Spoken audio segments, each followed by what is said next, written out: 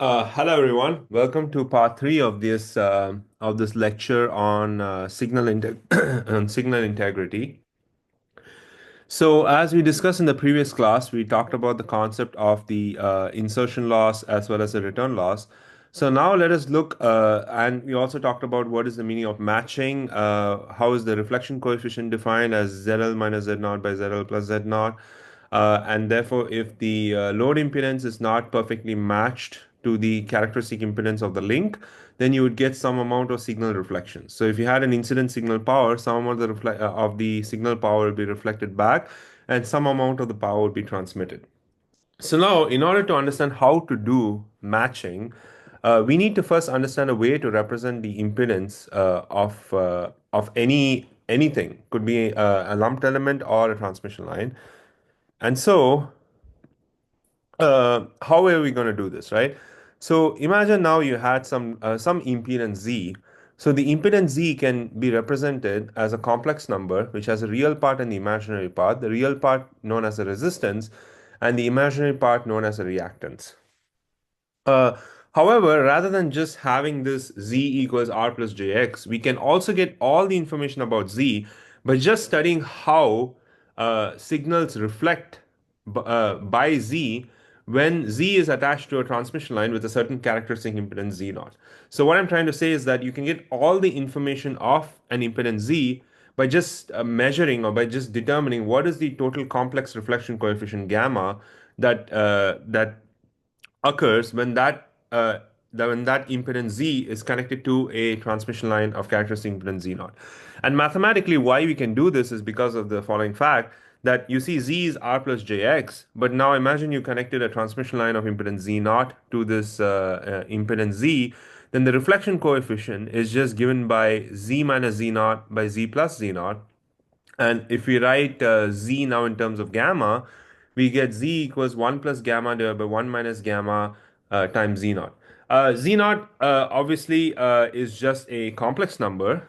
Sorry, z naught is just a constant. It's just a number, and usually the z naught is a real number for most cases, and it's usually set to 50 ohms.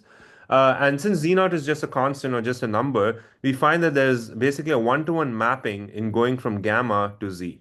And so if gamma is now represented, as it's a complex number, can be represented by its own real part plus imaginary part, so that's gamma real plus j times gamma imaginary. By using this expression here, we now have a one-to-one mapping in going from gamma r, gamma I, which is basically the real and imaginary part of gamma, to the complex impedance Z. Uh, and if you are familiar with complex analysis, if you look at the form of this expression, 1 plus gamma 1 minus gamma times z naught, this is actually a mapping in going from the gamma plane to the z plane. And similarly, this is the inverse mapping in going from the z plane to the gamma plane. And these mappings are so-called bilinear. And the kind of property they have is called a conformal property. So what is meant by that, if you know a little bit of complex analysis, when you do a bilinear transformation in going from, say, the complex plane and transform it using a bilinear transformation, what happens is the original rectangular coordinates in the complex plane end up becoming curvilinear coordinates in the new transformed space, where the curvilinear coordinates are such that the angles between the coordinates are maintained. So if originally the rectangular coordinates in the complex plane had a 90-degree angle between them, then the new transformed curvilinear coordinates will still end up having a 90-degree between the coordinates, between the orthogonal coordinates.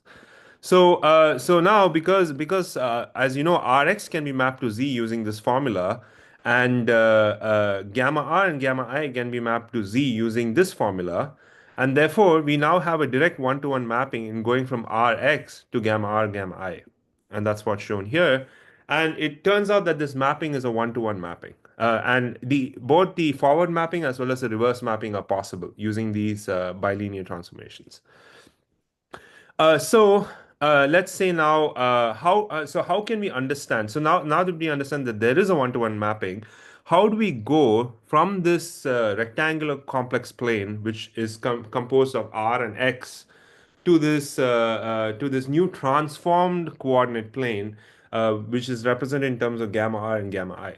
So if you look at z, so z is r plus jx, and we know that z is also 1 plus gamma divided by 1 minus gamma z naught, and therefore to find how to go from rx to gamma r gamma I, we just equate these two with each other. So r plus jx is equal to 1 plus gamma by 1 minus gamma times z naught. And if you take the z naught to the other side, you get r over z naught plus j times x over z naught is 1 plus gamma divided by 1 minus gamma.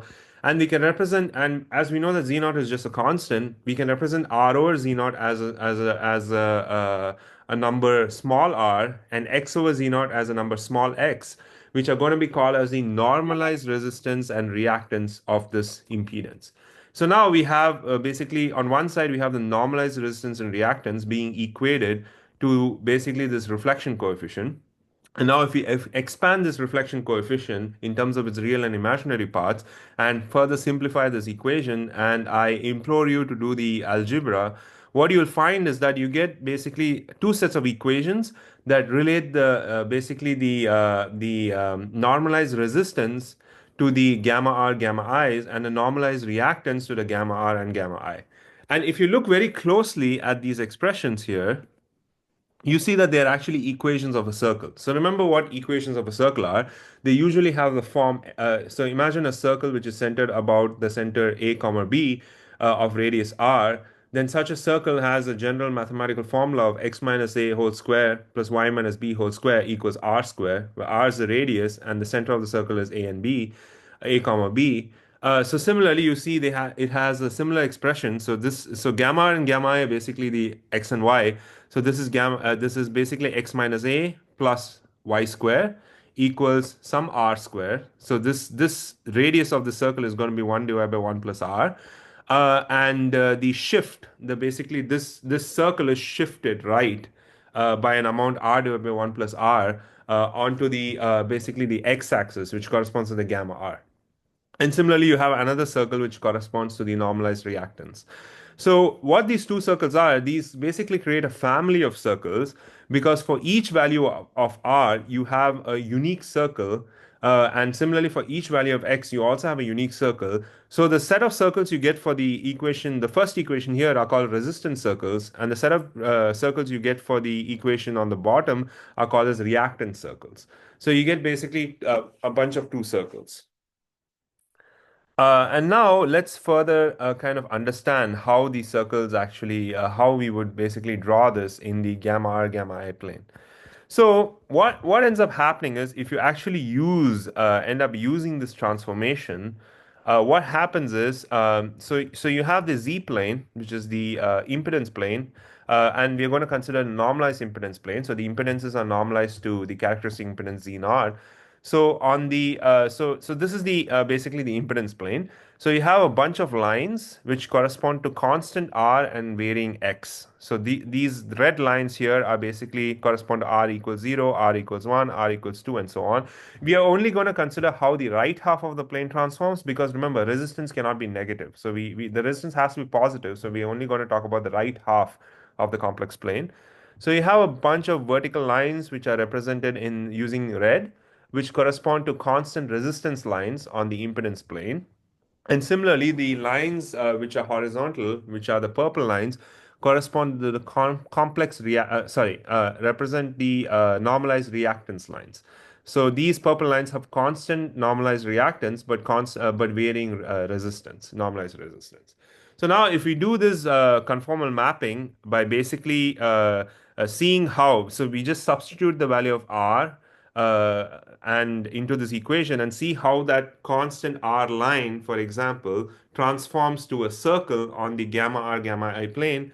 What ends up happening is these constant r lines on the z plane now become these circles indicated in red on this gamma r gamma I complex plane.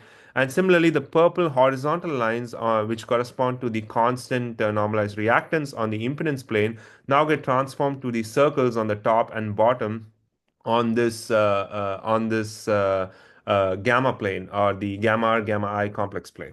And so you see here that if the r equals 1, so r equals 1 basically corresponds to a normalized resistance of 1, which means that because normalized resistance is defined as R over Z naught, this corresponds to a resistance equal to Z naught, a real value of the impedance equal to Z naught. So if you this we will find that this R equals 1 line here just ends up being this circle you can see here, which basically passes through 2 points, one point being through the gamma equals 0 point, where the gamma r and gamma I are both 0, as well as the point that corresponds to gamma r equals 1 and gamma I equals 0. So this is called as the 1 plus jx circle, and this circle is of importance to matching. And now, if you notice here, what happens is when r goes anywhere between 0 and 1, or when r decreases all the way to 0, what you find is that these circles actually increase like this. And then finally, this circle that I have shown here with the corresponding intercepts of radius 1 corresponds to the circle that you get when r equals 0. And then as r increases more than 1, you find that the circles kind of collapse, they compress more and more and more. But you see that the circles will always intersect basically the real axis at the point 1, 0. And you can basically look at the expressions I showed here and try to plot this for yourself to see why this is true. And so when you shift r all the way from 0 to infinity, you'll see that these circles start from this unit circle centered at 0, and then it goes all the way to a point at 1 comma 0. Similarly, you can do a similar kind of transformation for the constant normalized reactance circles. So these lines are now converted into these constant reactance circles, with the circles on the top representing a situation where this normalized reactance is positive, which corresponds to an inductive reactance, and the bottom circles correspond to a situation where this normalized reactance is negative, which basically corresponds to a a capacitive reactance. So now, in this case, the circles are such that the basically the bottom of the circle always intersects the real axis, always touches actually, is tangential to the real axis at the location 1 comma 0. And the circles as represented here, where when the reactance goes positively infinite, it goes all the way to this point, and as it goes smaller and smaller, it goes out like this all the way to infinity. And when this circle, so imagine this circle is increasing in radius like this, and then when it goes all the way to infinity, the circle center is basically infinitely far away, so the circle just becomes the real axis. So, and similarly you have on the negative part as well. So if I sweep x all the way from minus infinity to 0 to plus infinity, it would basically start from the real axis, which corresponds to minus infinity, and then the circles are basically are on the bottom of this plane, basically as I show in my cursor, and then the circles get smaller and smaller and smaller, corresponding to an increasing value, basically corresponding to a sorry, one second. Yeah, oh, so sorry. I made a little error when I explained this. So sorry. So imagine you are sweeping the normalized reactance all the way from minus infinity to plus infinity. So what happens is it starts at this point corresponding to minus infinity, the point 1, 0, and then as you decrease the reactance, so as you go from as you increase the reactance, so as you go from minus infinity all the way to 0 minus, these circles are basically getting bigger and bigger and bigger and bigger. And finally, once you hit x equals 0, you actually end up being the real axis. And then once you go to x equals 0 plus, now you go to the top half of the plane. And as x is increased all the way to plus infinity, what happens is this circle is now decreasing in radius and getting smaller and smaller. And finally, at x equals infinity, it goes back to the 1 comma 0 point. So, of course, I went a little back and forth here.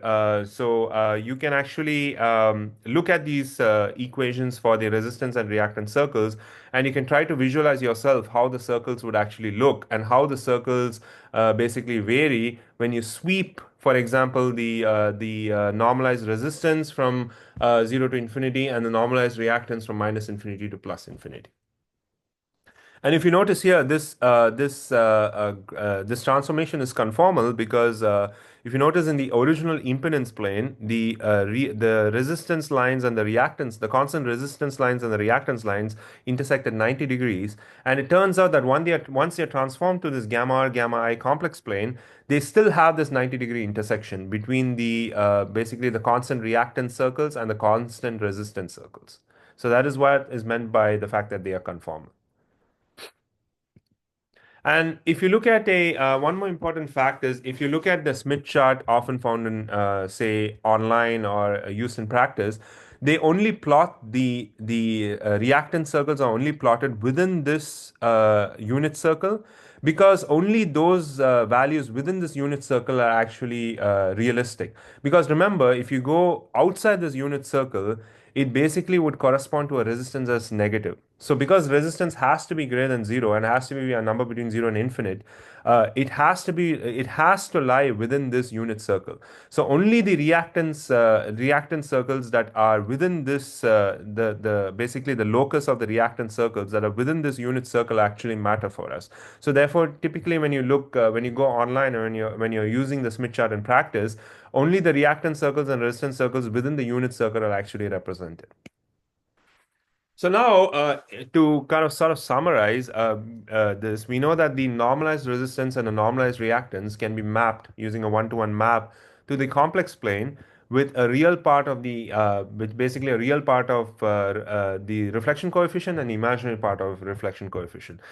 We can do a very similar analysis for a very similar kind of mathematical derivation for both the admittance circles as well. And in the admittance, remember the impedance and the admittance are reciprocals of each other. So just like how you have an impedance, which is R plus JX, you have an admittance, which is usually represented by G plus J times B, where G is corresponds to the conductance and B is called a susceptance. And you can have a similar one-to-one mapping to go from the normalized conductance, small g, and the normalized susceptance, small b, to the complex plane gamma r and gamma I. And if you actually, so that's what I represented here. There's a one-to-one mapping between the G and B's and gamma R and gamma I. Similar, just like how in the case of the resistance and reactance, they were normalized to Z naught. The G's and B's are also normalized to Z naught. And if you work through using the same kind of analysis that I did for the resistance and reactance circles, if you mathematically work out how the circles for G and B look like, when they're transformed from the rectangular complex plane to the gamma plane, they will end up basically being circles that are kind of mirrored. So compared to the resistance reactance circles, they are mirrored about the y-axis, and which is the gamma I axis, and so they look something like this. And if you notice here, the signs and everything will be flipped because of the fact that the admittance is going to be the reciprocal of the impedance. So now, what you do is in order to understand how the adding a resistance and adding an admittance or adding a reactance and so on affects the impedance, what is usually done is both these representations of both the impedance as well as the admittance are combined together to create one coordinate system, and that is typically what a Smith chart is. So the resistance circles, the normalized resistance circles, normalized reactance circles, as well as a normalized conductance circle and normalized susceptance circles are combined together. And remember, because both the conductance and the resistance cannot be negative, and they can only be a value between 0 and infinity, they are both combined together, and the representation is done only within the unit circle. So that is what the Smith chart is. So this is the unit circle all around here. And here you have the react constant normalized reactance circles. And then here you have the constant normalized resistance circles. And here you have and these are the negative reactance circles corresponding to capacitive reactance. And similarly, here you have the constant conductance circles, again normalized. And here you have the constant susceptance circles for positive susceptance and the constant susceptance circles for negative susceptance. So this is, even though this graph looks complicated, now that we went in a step-by-step fashion of how to go from the rectangular complex plane and conformally transform it to this new complex plane called, which is the gamma plane, we now understand what actually the Smith chart is fundamentally. So now that we know what the Smith chart is and what it represents and how any impedance can be represented on a Smith chart by just transforming it to the gamma plane by attaching by attaching a transmission line to it of characteristic impedance Z naught and measuring the reflection coefficient, we can now see how to use a Smith chart in order to do matching. So now let us look at how to do the matching. So remember, if you had a transmission line of some characteristic impedance Z naught, which is connected to some load impedance ZL, matching basically means how to bring ZL to Z naught. And the reason why we do that is because if we do that, then the gamma, the reflection coefficient, essentially becomes zero, and therefore all the incident wave is transmitted and no wave is reflected back, which is the meaning of matching. So if you remember from how we drew the resistance and reactance circles and what they actually represent, what is the meaning of ZL equals Z naught? ZL equals Z naught means that gamma equals zero, and gamma equals zero is basically the origin of the gamma plane. So, because any impedance Z, for example, ZL in this case, can be represented as some point on this gamma plane, the matching is basically how we can add impedances and admittances to this ZL so that we can bring the ZL all the way to gamma equals 0 point on the gamma plane. So that is really sort of geometrically what matching actually does. So as I mentioned, what we're going to do here is we have this transmission line of characteristics in Z naught, and what we're going to do is to ZL, we are going to basically cascade to it a certain matching network. And this matching network is added in such a way that the input impedance looking into the input of the matching network is going to be equal to Z naught. So from the perspective of the transmission line of characteristic impedance Z naught, the output load impedance connected, which is basically now going to be the original load impedance and cascade with the matching network, is going to appear as if it's going to have an impedance of Z naught, and therefore it's matched, and therefore the signal propagates without much reflections, and basically almost all the signal is transmitted. And let's see now graphically or geometrically how this can be done. So now let's go back to the gamma plane. So this is the gamma plane represented within the unit circle, which corresponds to, which is also called the Smith chart.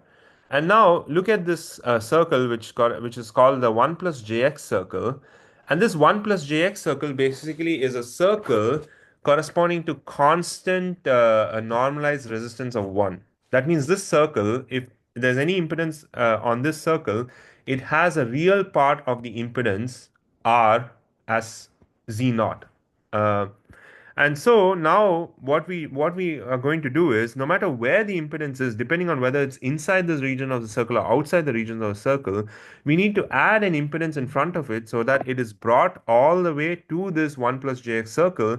And once it is in the 1 plus jx circle, we can then move all the way to the origin, which corresponds to gamma equals 0. And if we do that, then we know that the impedance has been matched to the characteristic impedance of Z naught. So now let's look at how that can be done in practice. Also, like what is the basically the effect geometrically of how we can basically move in this gamma plane. So the way we are going to try to understand matching is try to understand mathematically or at least sort of geometrically how we can move in this complex gamma plane. And remember, no matter where you start from, basically the starting point corresponds to your load impedance. We are going to figure out what we can do in the network in order to move all the way from a certain random point in the gamma plane all the way to the origin, which corresponds to gamma equals 0. And if we are able to move to the origin, it means that whatever network we have added to make that happen has basically matched the load to the characteristic impedance of the transmission line Z naught. So here you have the Smith chart, and then you have, imagine you are already lying somewhere on this 1 plus jx circle. Then if you're on this circle, say at some random point, how can you move clockwise or how can you move counterclockwise? So mathematically, what you can see is that if you add an inductance in series with the load impedance ZL, remember the load impedance is right now on the 1 plus jx circle. If we add an inductance in series to this impedance, we will end up actually moving clockwise in this 1 plus jx circle. And similarly, if we add a capacitance in series to this impedance ZL, then we would basically end up moving counterclockwise. So You can easily see this. You can easily see this by just understanding how the reactant circles are actually drawn. Because remember, if you look at, excuse me, remember if you looked at, for example, how the value of the normalized reactance goes from minus infinity to plus infinity. Remember that minus infinity corresponds to the point 1 comma 0, and as you basically as you decrease the value going from minus infinity all the way to 0 minus, this circle is basically going to grow until it finally reaches the y-axis, the x-axis, which corresponds to which is basically the gamma r axis. And then once you go to 0 plus, it then goes to the upper half of the plane, and then again the circle, which is now aligned, is going to close up, and as you increase it all the way to plus infinity, it's going to collapse back to the point 1 comma 0. So therefore, if you move clockwise, it basically means that you are essentially adding a positive reactance Jx, because you are increasing the positive reactance. So that's similar to adding an inductance. And similarly, if you move counterclockwise, you basically actually end up increasing the negative value of the reactance. So that is equivalent to adding capacitance. So I implore you again to sort of get a Smith chart and try to see how the circles are drawn, and try to figure out, depending on which way you move, whether you're adding a reactance or a resistance, sorry, whether you're adding a positive or a negative reactance in series to the impedance. So this is moving in the 1 plus jx circle. Similarly, you also have another circle, which is the conductance circle, which is as shown here. And for the conductance circle, which is basically similarly as you have 1 plus jx, this is basically another circle that is also of importance for matching. And in this conductance circle, what happens is, if we are it basically has the all the orientations are basically opposite to that of the constant resistance circle, and in this circle, if we basically move clockwise, it mathematically corresponds to adding a capacitance in parallel or in shunt. Remember, the conductance circles have, or the conductance or the admittance circles, all have to do with adding things in parallel, whether the impedance circles or have to do with adding things in series. So if you have this conductance circle and you want to move clockwise in this conductance circle, it corresponds to adding a capacitive reactance in parallel to the load. And if you move counterclockwise, it is equivalent to adding an inductive reactance in parallel to the load. And again, I implore you to work this out for yourself to figure out which directions correspond to adding which component in series or parallel. So now the main crux of the problem is, imagine you had some arbitrary case, an arbitrary load impedance ZL. In order to match the load impedance ZL to Z naught, the main process is how we can move in this gamma plane to reach the origin. And if we reach the origin, as I mentioned earlier, it corresponds to gamma equals 0, and automatically ZL is equal to Z naught. Also remember, for all these things that we're going to talk about, we are going to assume that Z naught is real, because that is generally the case. Usually transmission lines are designed to have a real characteristic impedance, typically something like 50 ohms, 75 ohms, 100 ohms, etc.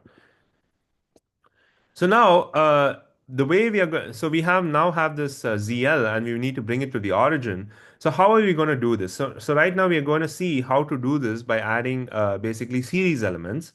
So now the first thing we need to see is this ZL inside this 1 plus jx circle or outside? So in this case, it is inside. And therefore, the way we move to the origin is we would first move here along this one of these constant conductance circles. And then once we hit this 1 plus jx circle, we then have to move basically along this constant resistance circle to reach all the way to the origin.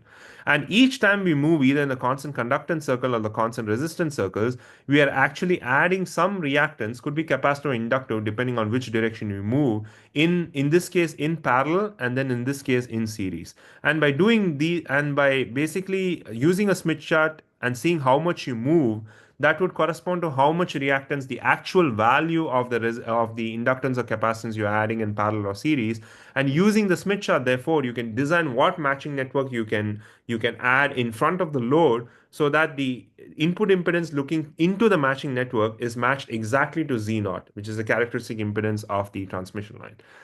So basically, if you work out what happens here, you first move counterclockwise on this constant G circle, which which mathematically corresponds to adding an inductance in parallel because we are adding a negative susceptance. And then we basically move counterclockwise in this constant resistance circle or constant. Remember, when you say resistance reactance, we are referring to normalized values. So we are moving counterclockwise on the constant R circle, and this corresponds to basically adding a capacitance in series, which is basically a negative reactance in series.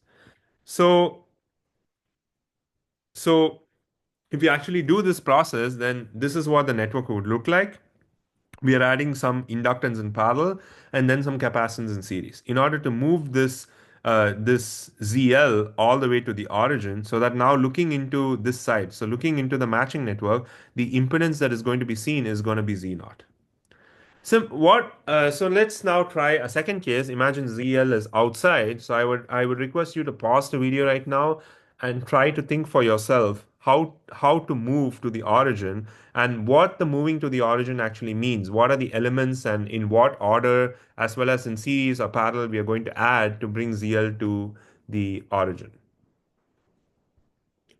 Yes. So now that you thought about it, let's see how you do this. So here, obviously, first you need to move clockwise on this constant conductance circle. And once you move clockwise, then you have to move counterclockwise on this constant resistance circle. So that's what I've written here. Move clockwise on the constant conductance circle, which mathematically corresponds to adding a capacitance in parallel. And then we move counterclockwise on this constant resistance circle, which corresponds to adding a capacitance in series. So this is the corresponding network. And the exact values of these capacitances that we need to add in order to match this load impedance all the way to the characteristic impedance of the transmission line can be obtained by actually looking at how many coordinates this movement actually cuts in this direction and then in this direction. So there are obviously, I talked about very simple cases where we basically just had to make two movements, or either on the depending on whether we're outside or inside the 1 plus jx circle. So we could have that is we first move in some constant conductance circle and then constant resistance circle. But obviously this can be very complicated, and there are many different ways that we can actually move in the Smith chart in order to go from a given load impedance all the way to the origin, which means it is matched. So for example, here it shows some of the different ways how adding an inductance or capacitance series in parallel will move in the Smith chart. And here you have more exotic cases where, for example, in order to bring the impedance, say for example, you're bringing the impedance A all the way to the origin Z naught. So first you move in. So in this case, there are several movements. So first you basically move counterclockwise on a constant G circle all the way to the gamma R axis, and then you move counterclockwise on a constant resistance circle to this point, and then again you move counterclockwise on a constant G circle to reach Z naught. So each one of these movements basically corresponds to a lumped element. So the A moving to the real axis corresponds to adding a shunt inductor, and similarly this point here on the gamma R axis moving to this point here corresponds to adding a series capacitance, and then finally moving in the constant conductance circle all the way to the origin corresponds to adding another inductance in shunt, as you see here. So you see, depending on no matter what arbitrary load impedance you had at what location on the Smith chart, you can basically figure out by moving along these circles how to reach the origin. Now, in general, and this is quite important, you notice that in most of these matching cases, we are actually either moving on a constant resistance or a constant conductance circle to reach the origin. And we don't actually change. We don't actually want to move in a constant reactance circle to get where we need to go, because moving in a constant reactance circle basically means that we are adding a resistance or a conductance, and that is generally not good because you don't want to use lossy elements to do the matching. And you typically want to use lossless elements such as inductances and capacitances to do the matching. So the matching usually involves moving in these constant reactance or the constant resistance or the constant conductance circles. You can also have other kinds of ways to move. And again, this is really, if you really want to go into depths of the different kinds of ways you can move in this constant gamma plane, and figure out what are the different ways to match. It's really a course in itself because it's taught in RF design or in a microwave course. So we are going to just look at it more kind of qualitatively. So there are also other ways to move in this. For example, imagine you are at some ZL. You can also move in a circle that is centered about gamma equals 0 by basically adding a transmission line of a certain length in front of the load. So in this case, if there's say a load ZL, we can just add a transmission line of characteristic impedance Z naught in front of it. And what this does, geometrically, what this does is it just makes a start at the at the ZL, and it basically makes us move in this constant gamma circle. And as we add as we add a certain length of this transmission line of characteristic impedance Z naught, what we do is we basically move clockwise on the circle. And by using this circle, there are also now there are also other options of other ways that we can move in this constant gamma plane. Now I implore you to figure out why adding a transmission line in front of ZL would mean you move in a circle. So think about what the circle centered about gamma equals 0 means. It means that at any point on the circle, gamma r square plus gamma I square must be constant, because that is the equation of the circle, which means that mod gamma is constant. So remember, if you add a transmission line, no matter what length of the transmission line you add, the reflection coefficient is always going to be ZL minus Z naught by ZL plus Z naught. So irrespective of what length of the transmission line you add, the value of gamma is going to be the same. But it is going to add some phase, and that is why you are actually moving in a circle. But it remains a circle because the magnitude of gamma has to be the same. So that is why it would be a circle. Similarly, you can have other kinds of matching that you can do with transmission lines. For example, this is an example of a so-called stub matching. So in the stub matching, what you do is you have the load impedance ZL, you add a certain length D of transmission line, and then in parallel, you add another transmission line of length L, Z naught, which could be either opened or short at the end. And then this is connected to the transmission line you want to match to Z naught. So that looking into this side, so looking into where the shunt is connected, the overall impedance would just be Z naught and therefore matched. And how this would typically look like on a PCB board, for example, here you see there's some RF connector which has some load impedance ZL. And what you do is you have this transmission line, this could be a microstrip of some length D, and then you have this another transmission line of length L that in this case is terminated with an open. And then what the net effect of having this, and by designing the value of D and L, you can make sure that the impedance looking into the place where the stub is connected can be made equal to Z naught, so that the signal just ends up without reflection going into the RF connector.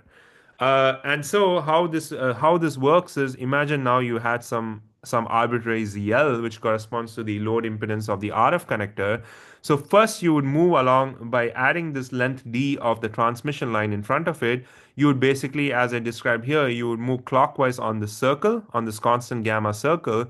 And then once you go to this 1 plus JX circle, you can basically use a stub which is added in parallel, which ends up being just a reactance that is added to move in this constant resistance circle all the way to the characteristic impedance Z naught, or basically to the gamma equals 0 point.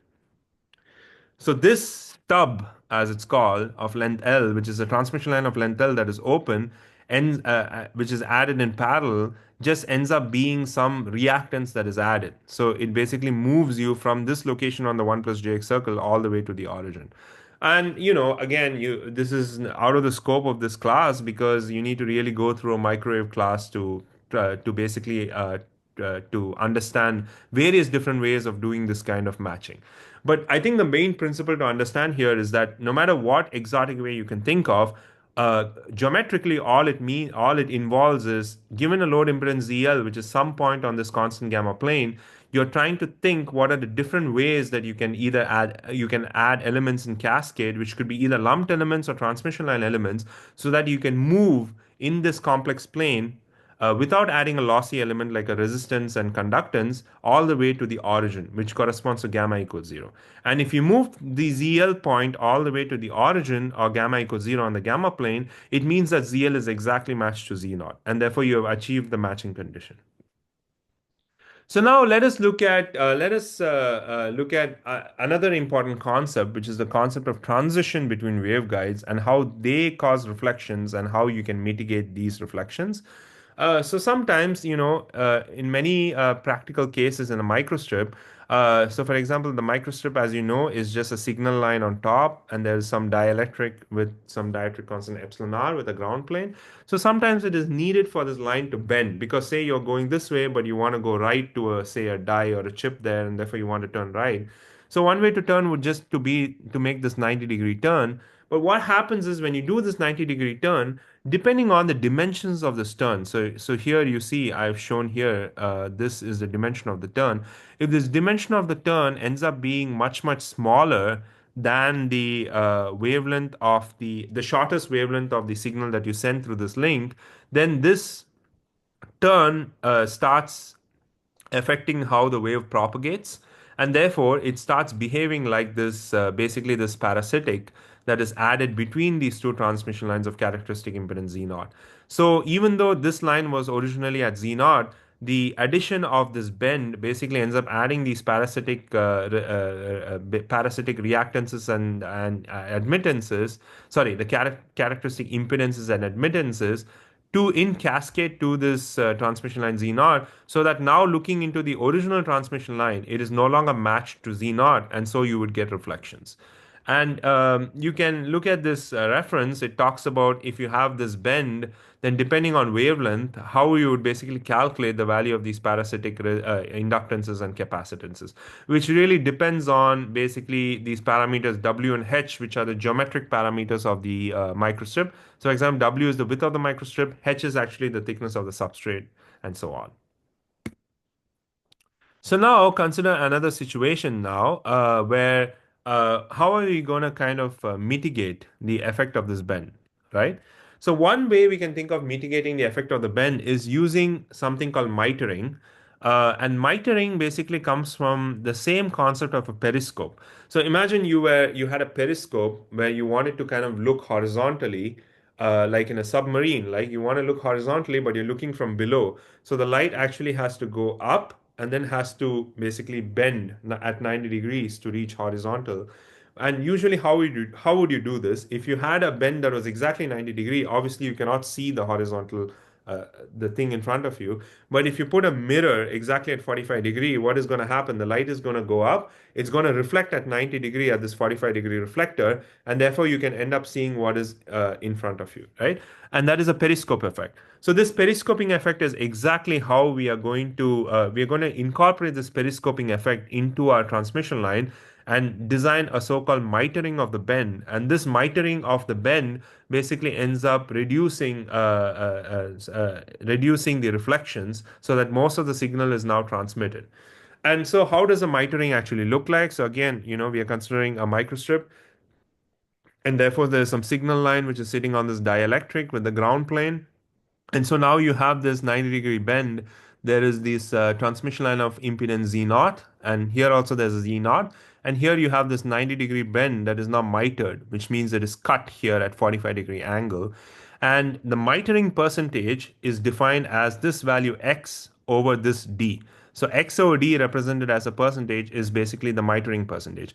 The mitering angle is basically the angle that this cut makes with the horizontal. In this case, it's 45-degree. And in one of your assignments, I've basically given a question where you need to qualitatively see why the 45-degree mitering angle is the most optimal. And so in this case, where you have this kind of mitered bend, you can similarly you can model the mitering as some equivalent circuit, especially if the dimensions of this bend, as I mentioned earlier, is much smaller than the wavelength, right? And so now you have these sort of parasitic components that have to be added in cascade to Z naught. But however, now by adding this mitering, what ends up happening is these parasitic values are significantly reduced so that the impedance looking into the mitered bend would be approximately the same as the value Z naught. So you have significantly now reduced the mismatch and therefore the reflections in the signal. You can work out from electrodynamics. You can also refer to some papers as to how to calculate the value of these parasitics. And I have given here the value of these parasitics when there's a 50% miter. Yeah. And so this is also basically the optimal mitering angle for the given dimensions of the microstrip. Sometimes, in very high frequency cases, like when you go to several tens to hundreds of gigahertz, it is generally not a good idea to have any kind of abrupt transition or any kind of sharp points. For example, even in the mitering case, even though now we have added this miter that has reduced the reflections, what we find is that there are still sharp corners, and if we increase the frequency more and more and more, what happens that even the mitering is very inefficient and will lead to radiative losses of the signal that is sent in. So sometimes when you go to very high frequencies, rather than having a very abrupt bend like a 90-degree bend, you may have to do the bend adiabatically, which is you basically increase the radius of curvature of the bend. So for example, here I've shown a situation where there's basically this microstrip. So we are looking only at the top view or the signal line, and you have sent some input power P in, and this P in is going to come out as P out on the other side. And I've basically shown three different radius of curvature or the radius of the bend of this microstrip. So there's R1, R2, and R3, with R3 being greater than R2 being greater than R1. And what you find is that if you plot the insertion loss versus frequency as a function of the radius of curvature or the radius of the bend, what happens is as the radius of the bend becomes larger and larger, you'll find that the insertion loss gets closer and closer to 0 dB over a wide frequency range, which means it is more matched even at higher frequencies. But as the resistance of this bend becomes smaller and smaller, which corresponds to more abrupt bend, then what ends up happening is even at a lower frequency, you can end up having a much smaller insertion loss, which corresponds to a large amount of reflection.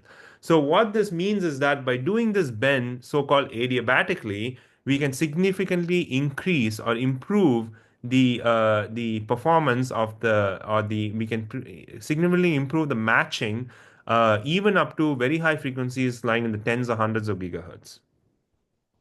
And what I mean basically by adiabatic is adiabatic just means that the as the wave propagates along the length of the line, the change in the line because of the bend is so gradual that the wave actually does not even see the bend, and it just basically propagates along it as if it was almost straight.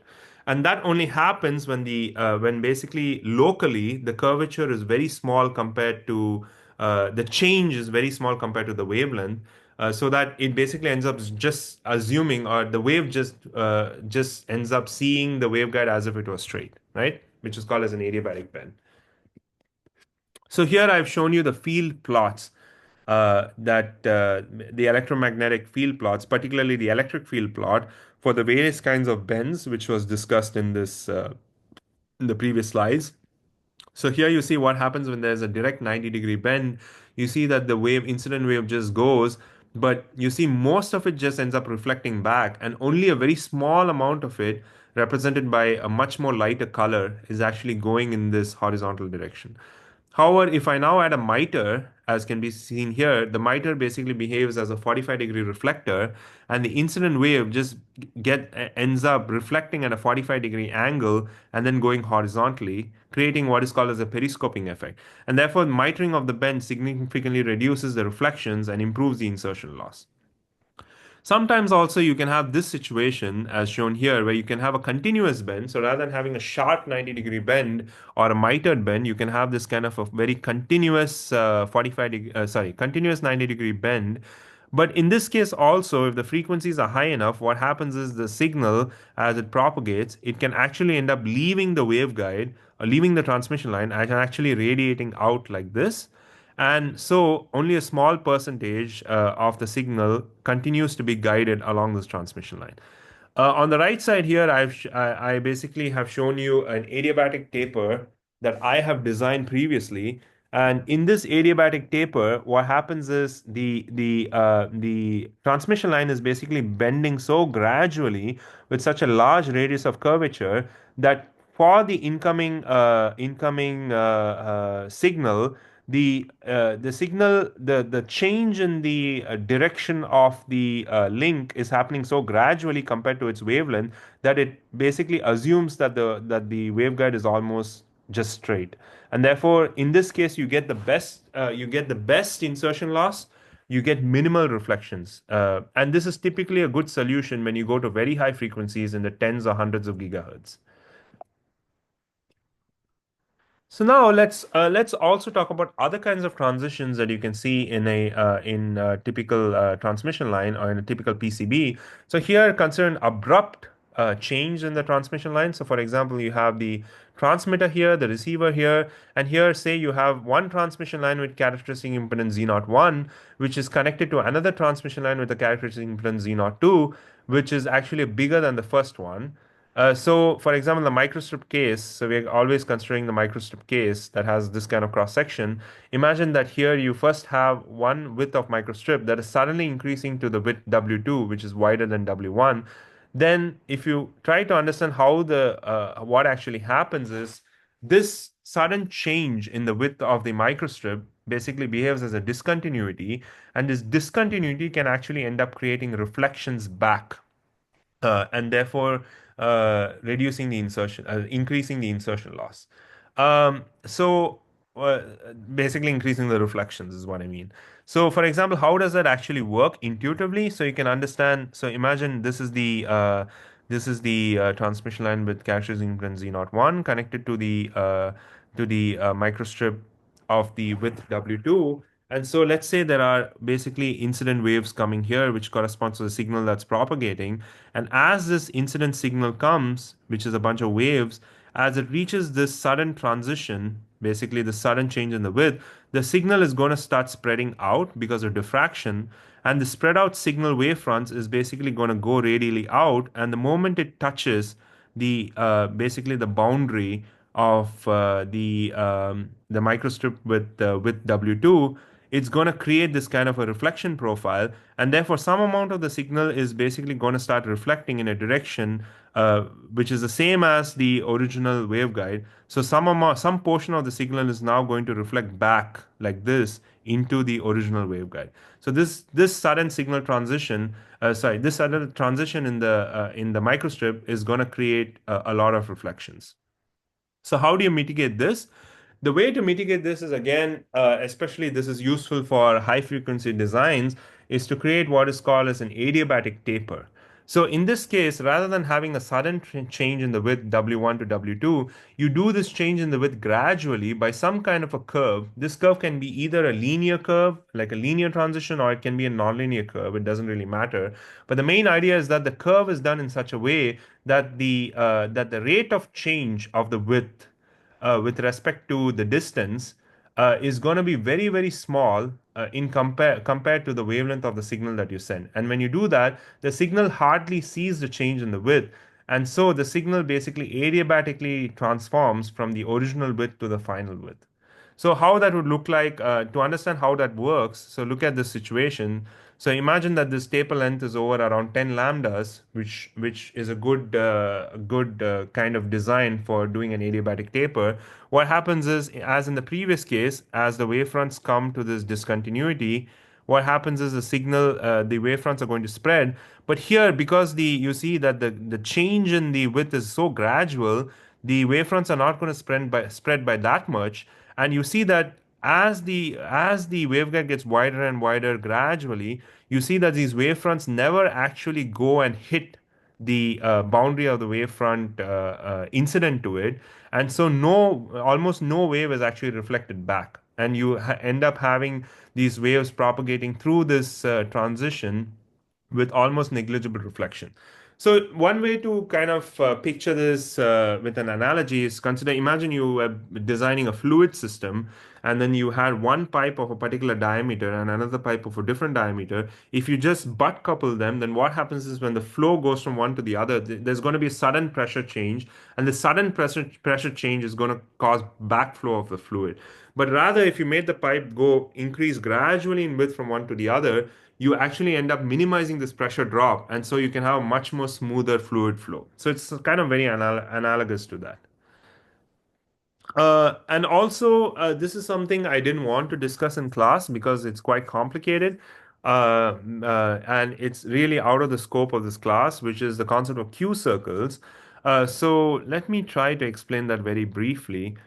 So sometimes when you do this kind of matching, what happens is in this case, you use two elements to do the matching. Sometimes what happens is you may have to do the matching over a certain bandwidth. So in this case, remember that this matching is done at a specific frequency because all this is done in the frequency domain. So this matching is only applicable at a certain frequency. However, in many cases, you need to match over a wide frequency range, especially in digital signal transmission, because you remember digital signals have a very wide frequency band. So you need to make sure that the link is matched over a very wide frequency range. So sometimes what happens is as this bandwidth of matching keeps increasing, there's actually a kind of an eye-like structure. So let's see if I can draw this. Yes. So what actually happens is sometimes you have this situation where you actually have this kind of eye-like structure that basically goes like this. And this, imagine this is a perfect eye. So this eye-like structure, so-called Q circle, that determines basically a kind of a keep out zone, so that when you do the matching, you should not go outside this eye. So imagine your load impedance was at this location, and you wanted to do a broadband matching. So you basically move along, say you're moving along constant conductance circle, you cannot go outside the circle, so you have to kind of stop here and then move along the constant resistance circle, then again move along the constant conductance circle, again move along the constant resistance circle, and so on and so forth till you reach the origin corresponding to the characteristic impedance 50 ohms, right? Z naught, right? So what happens is as the matching becomes more and more and more broadband, this circle, the width of the circle or the circle becomes more and more narrow and narrower. So you will have to end up moving much closer to the gamma R axis, which means that you're going to have to add much more elements in order to do the matching. So usually broadband matching involves adding many elements in series and parallel in order to do the matching, which is, if you know circuit theory, is basically equivalent to using a multipole filter. So rather than using a single pole or a dual pole filter that has a certain frequency behavior, by adding a multipole filter with different cutoff frequencies over a range, you can actually increase the bandwidth of the behavior of the filter, right? So the bandwidth of the matching. So that's basically the concept of the Q circle. Yeah. Sorry, 1 second.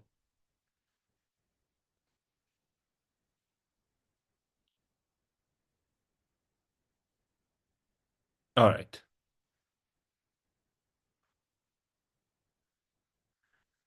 So, yeah, so that pretty much concludes what I wanted to talk in this lecture, all about the concept of Smith chart. The main takeaways I would say is that, Smith chart is a very useful technique because it gives you a very intuitive feel for what matching actually is.